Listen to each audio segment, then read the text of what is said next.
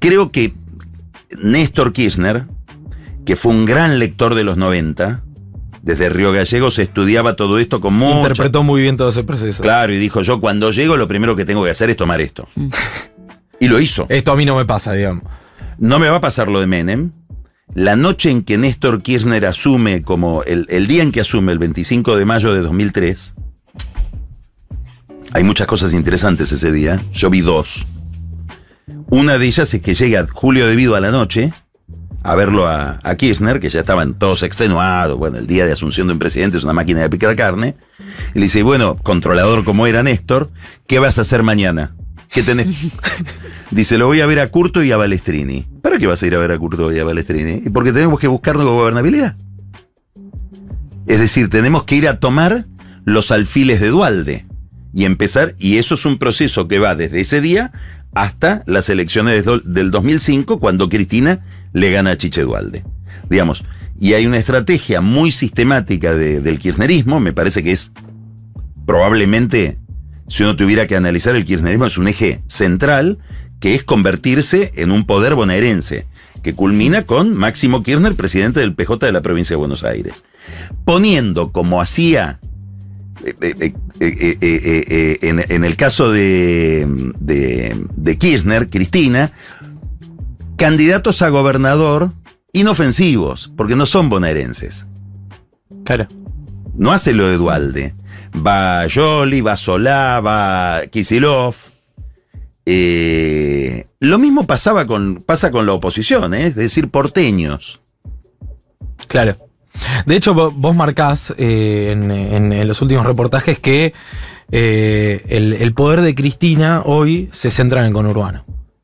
Claro, sí. Yo creo que si uno tuviera que definir la Cristina es complejísimo, digamos, cualquier ecuación traiciona Sí, te va a quedar siempre algo. Traiciona el objeto definido, pero si hubiera que definirla, yo diría que la palanca con la que ella mueve la política, el instrumento de intervención en el proceso que ella tiene es ser la representante de los sectores más sumergidos del conurbano bonaerense. A mí me gusta mucho, la uso ahí, un verso de Borges dedicado a Rosas. Cuando Borges describe a Rosas, que lo describe en un poema extraordinario, un antirrosista como Borges, entre otras cosas dice que Rosas era idolátrico amor en el gauchaje. Eso es Cristina. Es decir, hay lugares del conurbano donde lo de Cristina es religión. Claro. Sí. Y eso explica lo más interesante del proceso, a mi juicio, que es que entre el 2015 y el 2019 hay 20 intentos del peronismo por reemplazarla. Mi posición es que el eje de... Si hay lofer, viene de ahí, mucho más que de Macri. ¿Sí? No me cabe duda. Digamos, te lo puedo explicar con nombres y apellidos. Que tenía mucho más instrumentos judiciales, Massa, para terminar con Cristina que Macri. Empezando por la relación con Bonadío o con la relación con Marijuán. Y además tiene la tecnología, tiene el conocimiento del poder. Y no pudieron. Y quiso Labaña, y quiso Urtubey, y quiso Randazzo, y quiso Massa, y no pudieron. Y creo que hoy el problema es el problema de ella. ¿Cómo hace para cumplir con esa gente y a su vez sostener un programa económico que para ella no tiene viabilidad fuera del acuerdo con el fondo? Porque si no el ministro sería otro. Y que perjudica a esa gente. En principio sí, pero no hay otra receta que la beneficie. Acá está el problema de Cristina. No sé si me explico. Sí. Que sabemos muy bien que no quiere, pero es muy difícil saber qué quiere. Claro. Porque ella no puede definir muy bien qué quiere, porque se acabaron los dólares. Bueno, es algo que atraviesa también el nudo, el libro Ahora, de Carlos Pagni. quería contar... Ahora, vos planteabas recién lo que fue el kirchnerismo para el conurbano y hoy estamos en un momento donde el Frente de Todos tiene muchos problemas, incluso de representación, de identidad, de banderas. ¿Cómo ves hoy al peronismo en el conurbano? Bueno, están... A ver, el caso Berni. Es muy difícil de procesar para un dirigente peronista. Que haya obreros enardecidos en la matanza. Que les mandás el ministro y te lo muelen a palos. Olvídate de toda la anécdota dramática del tema, de lo penal. Vamos a lo político. Es complicado ese hecho porque sintetiza demasiado. Que es un problema, y acá creo que acá está el nudo. ¿Por qué me interesa el conurbano? No por el conurbano, porque es la geografía donde se está desarrollando un drama que es el final de todo un modelo económico, de 50 años. Digamos, esto se generó en la década del 30, 40, tuvo una evolución, se quedó sin dólares y a partir de ahí, mediados de la década del 70, empezó a languidecer. Y hoy estamos en el final de ese viaje. Y estamos asistiendo a lo que pasa cuando sucede eso, una enorme recesión. La gente que siente que las prestaciones de la política, las prestaciones del Estado son cada vez más deficientes. Yo escuchaba las noticias que todos los comentarios, estaba recién escuchando el programa, todo lo que ustedes decían sobre la interna en Capital. No me enganchaba con la anécdota de los nombres y eso. Me enganchaba con la idea de que hubiera una interna. Me parece extraordinario. ¿Para el peronismo? Para cualquier partido político hoy. ¿Por qué? Porque la interna te obliga a tener un argumento, a ir a ver a la gente, a escuchar a la gente, a tratar de convencerla y a reponer el vínculo entre el representado y el representante, que soy eso lo que está fallando en el conurbano y en todos lados. Pero en el conurbano se ve dramáticamente. Entonces vos me decís, ¿cómo vive el peronismo? Y dramáticamente. Es la primera vez que el peronismo no te puede garantizar además el orden. El peronismo, a mi juicio, nació para garantizar. Perón lo imaginó como un movimiento que lo que iba a hacer es evitar una revolución en el conurbano. Evitar la revolución, no producirla. Y para eso logró una revolución del ingreso, digamos. Incorporar los sindicatos. Sí, con los sindicatos, ¿no? Sí. Desarrollados en el conurbano y demás. Pero digo, y ahora esa función es muy difícil de cumplir. Y la gente se te va, lo que están mostrando las encuestas, las de todos, es que la gente se va o a la abstención o a Milei. Algo se puede ir al trotskismo. Yo hablaba el otro día con una persona pegada a Alberto Fernández que me decía, no hago más encuestas cuantitativas. Hago solo cualitativas porque quiero saber por qué el mensaje no llega. Hay un blindex, ¿eh? No, se me ocurren muchas respuestas. Bueno, sí, porque el mensaje es malo, está bien. Claro. Pero creo que no llega el mensaje de nadie, no es un solo... digamos, Alberto produce tantas extravagancias que distrae. No sé si me explico. Claro, es fascinante, ¿no? Es fascinante. Sí. Ahora, vos hablás de... Distrae de un problema más... Yo pensaba el otro día, ¿cómo hago para traducirle a una persona? Supongamos que traigo una persona de los Estados Unidos o de... A un noruego. ¿Cómo le explico a un noruego? A un noruego. Lo traigo acá, ¿cómo le explico lo que están discutiendo en la Comisión de Juicio Político?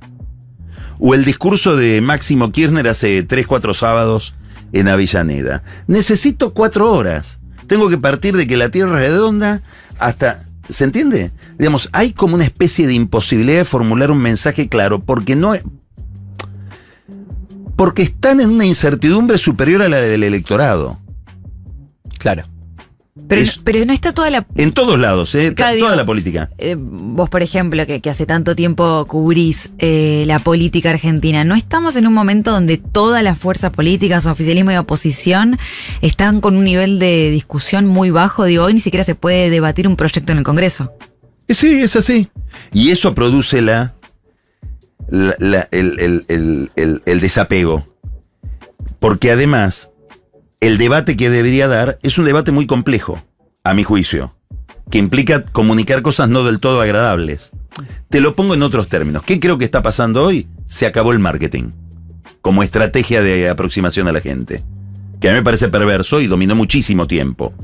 Mucho más en la oposición que en el gobierno. Esto se ve muchísimo en el PRO. Que yo voy, te pregunto qué querés escuchar y te lo digo.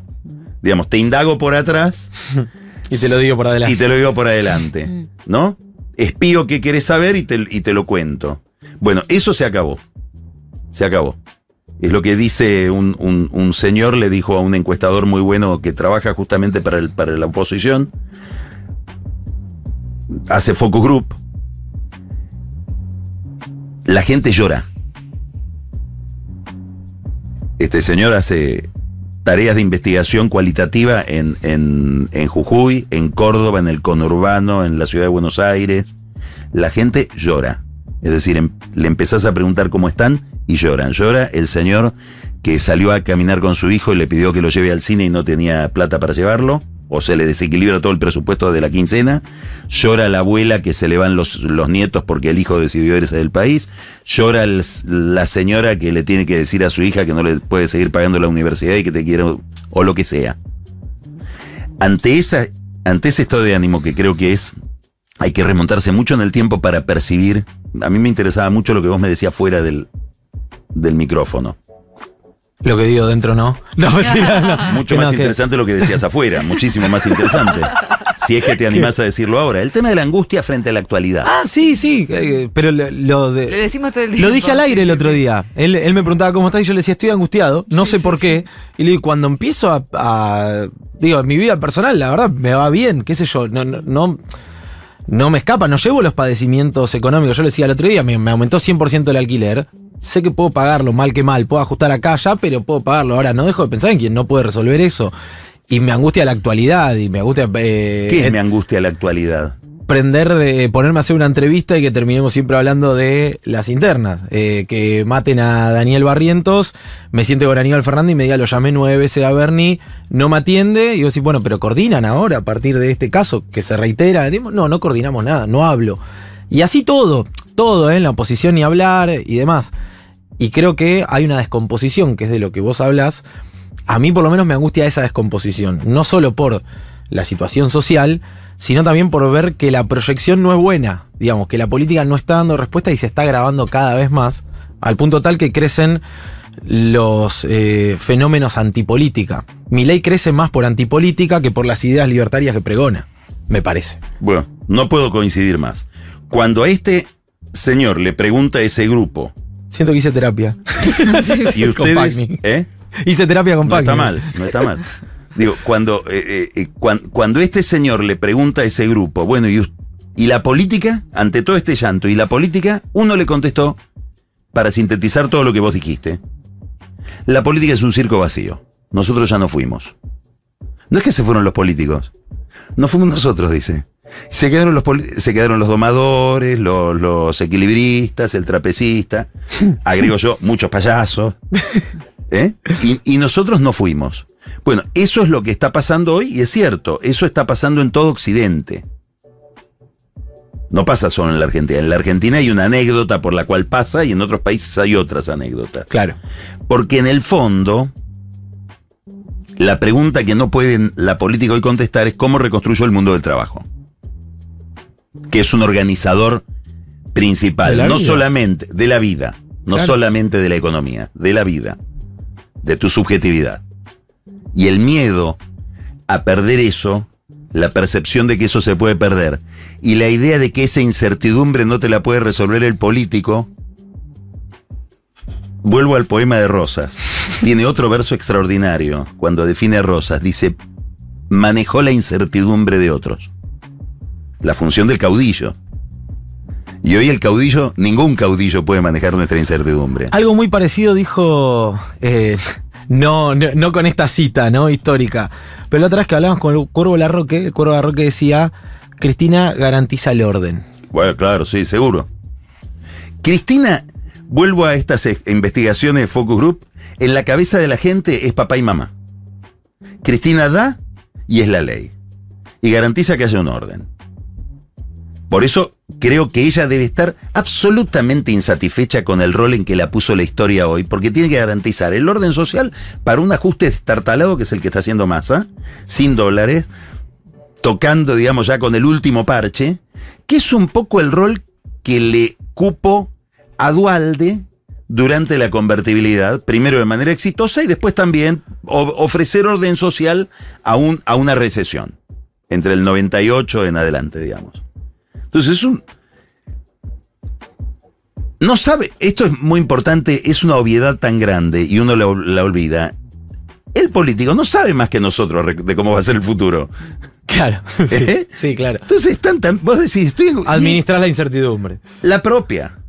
Claro. La propia. Pero sí pensás que va a mantener su decisión de no jugar. A ver, ahí imposible saber qué va a hacer Sí. Cristina, porque además tiene una gran plasticidad táctica como para sorprender con jugadas. Ahora, yo hablo de la información que tengo. La información que tengo es que es inamovible esa decisión. Ahora, yo me pregunto. Con lo cual es un problemón, porque ella no quiere ser, que es la que más atrae a su colectivo, digamos, y el problema más grave de todo es que Alberto quiere ser. Entonces, Cristina no quiere ser y Alberto quiere ser. ¿Alberto quiere ser, crees vos? Sí, yo creo que quiere ser, sí. Está en un lanzamiento, lo estamos viendo. Con una percepción de sí mismo distinta de la que podemos tener nosotros. O de la que tengo yo, no los quiero involucrar a ustedes. No, creo que todos tenemos la misma. Es inapelable. De hecho, hace un rato hablábamos con Carlos Bianco que decía palabra más, palabra menos lo mismo. O Juliana. No, Carlos Bianco dijo algo. Hay una perla ahí durísima, porque plantea el centro del problema. ¿Cómo hacemos para ir con un candidato que no fue exitoso? Listo, chao. Listo, ya lo dijiste. Sí. Sí, y yo le decía. No podés volver de eso. Claro. Ya me dijiste. Imagínate, la oposición se hace una fiesta. Ya me dijiste que tu gobierno no fue exitoso. ¿Cómo salí de.? No sería mi gobierno. Ahí entras en un berenjenal. Explícale al noruego. Claro, explícale al noruego que no es el gobierno de. Ahora, yo coincido con la pregunta de Rochi respecto de. Creo que vos le podés preguntar a Cristina, ¿vas a ser candidata? Y te dice no. Y después las circunstancias te vuelven a llevar a decir, Cristina, ¿vas a ser candidata? Digo, yo no sé cuánto le presta atención Cristina a las circunstancias. Pero ¿por qué? Digo algo importante. Sí. No sé cuánto le presta atención Cristina a las circunstancias. ¿Por qué? Porque creo que tiene una enorme rigidez respecto de las circunstancias. Y esto se manifiesta nítidamente en la economía. Sigue pensando en una economía del año 2005. No pudo asimilar nunca que desde el 2012, 2013, acá hay un anticiclo en toda la región. No es un problema argentino. En toda la región. Y no pudo repensar su pensamiento económico. Entonces, tiene una enorme capacidad, plasticidad para sacar conejos de la galera, pero sobre una rigidez de base muy, muy fuerte. Ahora, si la catástrofe es inevitable, como... sí, yo creo que es inevitable. Para el frente de todos, sí, digo, ¿eh? Sí, creo que sí. Suponiendo que la catástrofe sea inevitable, creo que hoy realmente es muy complejo. Vos, de hecho, ayer decías, no te quedan muchos conejos de la galera para sacar, para revertir la situación. De hecho, tuviste una oportunidad, yo lo decía la semana pasada, a mi criterio, el día que se reúne el Consejo del Salario, era por lo menos una oportunidad para ver qué se proyectaba. Y la proyección es, mantengamos estable el barco. Digamos, no es, vamos all-in, vamos a hacer una apuesta fuerte, una recuperación fuerte, por la espiralización de la inflación. Bueno, Kelly Olmos y demás. Después está la particularidad de aquellos que responsabilizan a Kelly Olmos. Sí, pobre. Pero le preguntás por más y te dicen un fenómeno. Pero creo que 80 lucas y 88 a junio es una sentencia. O por lo menos se te hace más cuesta arriba la cosa. Ahora, si la catástrofe fuera inevitable, ¿no debiera ser Cristina la candidata para que la catástrofe no sea de magnitud para el peronismo? Ahí yo creo que hay un dilema en cualquier líder que se encuentra en esa situación. Si yo sé que voy a una catástrofe, y es un dilema, es un problema para el que yo no tengo la solución. No sé si alguien la tiene. ¿Qué me conviene más? Yo, líder, ¿cedo identidad para captar al votante que a lo mejor puede venir y no viene? ¿O no va a venir en ningún caso y lo único que debo hacer es replegarme sobre mi identidad, no ceder nada y prepararme para ser con esa base a la que no traiciono un actor en el proceso de lo que viene y una oposición al futuro Como gobierno? decía Alfonsín, no cedamos las ideas y si no, preparémonos para perder. Pero Alfonsín fue con Angelós. Bueno, digo como decía. Hay que recordar aquella campaña, ustedes eran muy chicos o no habían nacido, pero había que estar en la campaña de Angelós en la provincia de Buenos Aires, donde antes de hablar Angelós hablaba Moró, este Moró de ahora. Pestes de todo lo que proponía después Angelós, y Angelós lo veías haciendo malabar. Es un poco eso, ¿no? Digamos, entonces, ¿qué haces? ¿Vas por la línea de Moró? Que era, no bajamos ninguna bandera, vamos al voto nuestro, nos replegamos en la provincia de Buenos Aires y sobre el conurbano, o intento un nuevo Alberto. Massa. ¿Tenés margen para inventar un nuevo Alberto? Esa es la pregunta. ¿Tiene sentido? Porque pierdo de los míos, que se me van a ir a la abstención o al trotskismo, a donde sea, y a lo mejor no traigo a los otros. Y creo que ella está en ese problema. Y estás en el peor de los mundos ahí. Porque perdiste sin banderas, ni siquiera. Cuando vas a la derrota catastrófica, siempre estás en el peor de los mundos. La política es una opción entre dificultades. Digamos, no tenés la posibilidad de pintar el cuadro como si fuera una página en blanco. Y en eso están. Ahora, este choque de modelos que hay en el frente de todos, ¿lo ves en Juntos por el Cambio? Digo, ahora que no está Macri, Larreta y Bullrich, ¿garantizan modelos distintos o al final de la historia tienen el mismo modelo? Yo creo que ustedes recién, cuando analizaban las internas, plantearon al pasar un tema, me parece importante, que es también en Juntos por el Cambio, en la capital. Yo creo que así como hay un dilema en la provincia de Buenos Aires respecto del liderazgo de Cristina, cuánto va a quedar del liderazgo de Cristina después de todo este proceso, en la capital federal se está decidiendo un duelo entre Larreta y Mauricio Macri, en la persona de Jorge Macri. Que los instrumentos de esa guerra son candidaturas, pero sobre todo el método. Va a haber 2 urnas, va a haber una sola urna, va a haber 2 fechas, va a haber una sola fecha. Estas son las incógnitas de estos 2 ejércitos que se van a enfrentar. ¿Por qué me interesa esto? Primero porque estamos hablando de cómo se procesa dentro de un partido personalista, porque el PRO nació como el partido de la gente a la que le gusta Macri. Sí, como el partido de Berlusconi o el partido de Piñera. No es un partido de la ideología. Sí, hay una ideología, pero encarnada muy en un nombre y apellido. Bueno, la sucesión de ese liderazgo en ese tipo de partidos es muy traumática, es muy difícil. Larreta, me da la impresión, está acariciándole la pata al tigre, digamos. Está jugando con ese peligro, con ese problema. No peligro, problema. Ahora, esto mismo que sucede me da una definición sobre por qué se bajó Macri. Porque Larreta, que es un consumidor compulsivo de encuestas, no creo que piense en enfrentarlo a Macri si es el Macri del que habla Macri.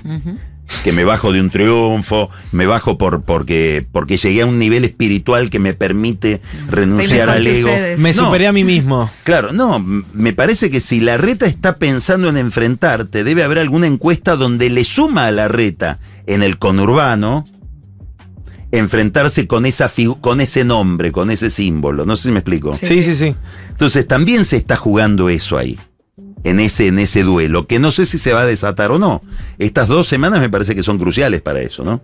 Claro, total. Ahora, ¿Y qué van a hacer los radicales? Digamos, también hay una tensión enorme, importantísima, porque de ahí deviene después cómo sería un gobierno de Juntos por el Cambio que pasa por estas peleas. Por eso insisto con esa pregunta de si ellos siempre se terminan ordenando y si gana Bullrich o gana Larreta, ¿el resultado va a ser el mismo? ¿O esos matices? No es lo mismo por 2 razones. Primero, por 2 razones. Primero, porque hay una fuga de votos muy grande del Frente de Todos. Por lo tanto, no es lo mismo qué capacidad tiene Juntos por el Cambio de receptar esa fuga si es Bullrich o es Larreta. Cuando Larreta dice, quiero cerrar la grieta, lo que está diciendo es, yo me quiero poner una posición que me lo permite mi ecuación electoral, porque yo no tengo tanta imagen negativa ahí, de captar votos desencantados del Frente de Todos. Por ejemplo, los votantes de Massa. Eso los quiero que vengan conmigo. Por eso no los quiero insultar. No les quiero decir, no, ustedes son los que fueron con los ladrones, que es lo que diría Bullrich. O sea que, según quien gane esa interna, va a haber o no un flujo mayor o menor del Frente de Todos hacia Juntos por el Cambio. Ahora, hay un segundo problema. También está Milei, que es el otro fenómeno. Si gana Larreta, si gana Bullrich, a mí no me cabe duda que el votante de Larreta termina votando a Bullrich. Sí. Y el votante radical termina votando a Bullrich, por una especie de disciplina y de fondo antiperonista. Sí. Si gana Larreta, no sé si el votante de Bullrich, todos los votantes de Bullrich votarían por Larreta estando la opción Milei. Yo creo que no, ¿eh? Bueno, entonces, contestando, no es indiferente, es un sistema. no es indiferente quién gane y quién pierda para que se muevan después las otras piezas y los otros grupos, digamos, alrededor de esto. Ahora, en cuanto al... Perdón. Sí. Muy importante, en cualquier caso, en cualquier fuerza política, cualquiera de las dos, que haya alguien que gana nítidamente. Digamos, acá lo que se requiere es una relegitimación del líder, del que surja como representante. Cuanto más legitimación, más tiempo te ahorras de transición al resolver los problemas. Y más fácil es la resolución de los problemas. Y el ordenamiento económico. Es muy distinto, supongamos Juntos por el Cambio, que llegue un presidente que tiene que volver al Zoom todas las noches a preguntar lo que está haciendo, que uno que tiene un mandato para hacerlo. Ahora, perdón, ¿no corres el riesgo de que suceda con Macri eso? ¿Qué quiere decir con Un Macri? triunfo de Patricia Bullrich o Horacio Rodríguez Larreta, que salgan corriendo al Zoom a preguntarle a Macri por dónde seguir. Es más fácil, mirá lo que te voy a decir, es todo un problema, y creo que es un problema enorme para Patricia Bullrich. Y creo que ella lo tiene en la cabeza. La condicionalidad. Sí, que lo tiene en la cabeza. Y que Macri sabe que tendrían tal vez menos capacidad de intervención con un gobierno de Bullrich que con un gobierno de Larreta. Mira. Por un problema de temperamento. Más indisciplinada, Patricia. Te lo voy a poner en los no, un sentido más peronista del poder. No quiero un Puerta de Hierro. No quiero Puerta de Hierro, donde van a consultar a Cumelén y después sale la foto en Cumelén y un tuit insidioso, ambiguo, cuestionando las cosas que yo estoy haciendo. Estoy imaginando un futuro, ¿no? Sí. No, eso no. Claro. Ahora... Esto es un tema donde ponerlo a Macri, ¿no? Felipe González dice que los expresidentes son como jarrones chinos. Jarrón chino. Muy, muy valiosos. Todos sabemos el valor que tienen, no sabemos dónde ponerlos. Lo decía por él. Ahora, y en cuanto a las propuestas en sí mismas, yo el otro día lo dije acá al aire, me espantó me dio miedo directamente escuchar a Patricia Bullrich la ensalada conceptual, ¿no? Sí. Hablando de deflación, o esta inflación, había dicho. Deflación, después dice, estamos en una hiper, dicen, no le pongamos hiper, super, mega inflación. Después dice, bueno, lo primero que hay que hacer es ajustar tarifas y decir, bueno, pues se te va la inflación. Y ahí, bueno, y entramos de nuevo en ajustando el Estado, desajustás a la gente, como en el eslogan, ¿viste? Y vos decís, no sé si acá hay un plan, digamos. Después, lógicamente, de más está decir, yo no coincido, digamos, con lo que se plantea muchas veces desde Juntos por el Cambio. De hecho, me parece que hay una experiencia muy traumática de lo que fue el gobierno de Mauricio Macri. Pero lo que más me espanta es que estamos y es parte de mi angustia, ¿no? Sí. En esto de ir a llenar espacios donde lo que garpa no es la profundidad de los debates que hay que dar, ¿no?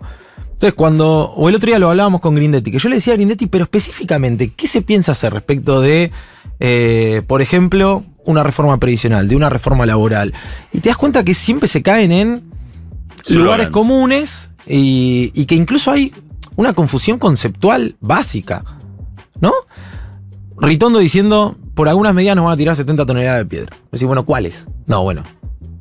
No se saben, no se dice, hay un plan, ves un plan de ajuste. ¿Qué ves cuando escuchás a estos candidatos que tal vez no tienen demasiado por perder también? Yo creo que lo que hay... A ver, cuando vos tenés en la sala de guardia, en la sala de emergencias del hospital, a un tipo que viene con 200 kilos y 2 botellas de whisky encima, no hay muchas recetas distintas. No hay muchas recetas distintas. En el fondo es lo que está haciendo Massa, mejor hecho o con mayor poder político, o, digamos, no hay... A Massa, en medio de esta provincia de Buenos Aires donde le pegan a Bernie, él tiene que aumentar las tarifas en este contexto de las 80 lucas que vos decías. Y las tiene que aumentar. Y tiene que devaluar como acaba de devaluar. Dólar soja se llama devaluación. Mega devaluación. 40 y pico % de devaluación. Entonces, devaluar, subir la tasa de interés, ajustar el gasto público, porque tenés digamos, ya no hay mucha discusión en el margen. Entonces, la pregunta no es la receta. La pregunta es cómo lo haces políticamente. Primero, ¿con qué nivel de poder político? Segundo, ¿con qué creación de consenso? ¿Con qué nivel de gradualismo? Yo estoy totalmente en contra de la discusión gradualismo-shock. hay cosas en las que necesariamente tenés que ser gradualista y otra para que funcione tiene que ser de shock. Es infantil preguntarte shock o gradualismo. Al tipo que pesa 200 kilos no le podés hacer un shock que pese 80 en una semana, porque no existe eso, porque se mata. Sí. Entonces, me parece que la pregunta en el fondo no es cuál es la receta. La receta es más o menos, y además les comunico algo. La única receta es la del fondo, porque yo no, si el Frente de Todos decidió no romper con el fondo, menos va a romper junto por el cambio. Entonces el tema es cómo políticamente construyo el consenso y pienso una estrategia para esa receta mirando bien la realidad. Porque ahora, para ser un poco optimista, mira, no encuentro a nadie después de la oposición. 40 minutos. Después de 40 minutos. No encuentro a nadie de la oposición y tampoco del gobierno que diga, che, a lo mejor hay que ajustar menos de lo que estamos pensando. ¿Por qué? Y porque va a haber un gasoducto que te va a proveer el año que viene de 1.600 millones de dólares más y probablemente en el 2025 hay cálculos sobre esto. Digamos, cómo cambia la ecuación de los dólares en la Argentina. Daniel Gerold, por ejemplo, que es un experto en gas, te pinta todo un cuadro respecto de la oferta de dólares en la Argentina en los próximos 4 años que cambiaría la balanza y te impediría te evitaría hacer un ajuste más violento, digamos. Me parece que también hay mucha teoría y poco estudio de la realidad concreta de cómo van a ser las cosas. A eso apuntaba un poco mi pregunta, ¿no? Sí. Justamente en ese mismo sentido. Me alegra que cerremos con un mensaje de esperanza, porque son las 12 ¿Está bien? del mediodía. Me quedé con ganas de tanto. Nos quedó charlar mucho del Poder Judicial. ¿Cuándo volvés? Cuando quieras. Para el segundo capítulo. Lo pasé muy bien. ¿Sí? Sí, bueno, muchísimas gracias. Gracias, Carlos. Felicitaciones por el nudo. Editorial Planeta. Lo pueden encontrar ya mismo en librerías. Está en la tienda de Futurock, creo. También. Creo que también. Creo. No sé. No lo puedo capaz afirmar, dije una no lo puedo boludez. afirmar. No sé.